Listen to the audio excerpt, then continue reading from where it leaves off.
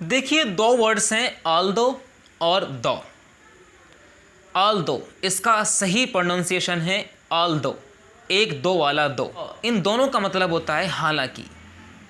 हम इन दोनों वर्ड्स को वहाँ यूज़ करते हैं जहाँ पर हम अपने एक सेंटेंस में दो अपोजिट मीनिंग प्रेजेंट करना चाहते हो, यानी कंट्रास्ट मीनिंग लेकर के लाना चाहते हो।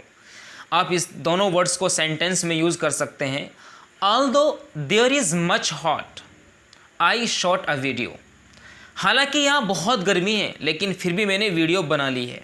Although water is much hot, I took it. हालांकि पानी बहुत गर्म है लेकिन मैंने फिर भी इसको पी लिया है।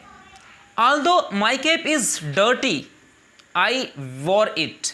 हालांकि मेरी टोपी गंदी है मगर मैंने फिर भी इसको पहन लिया है।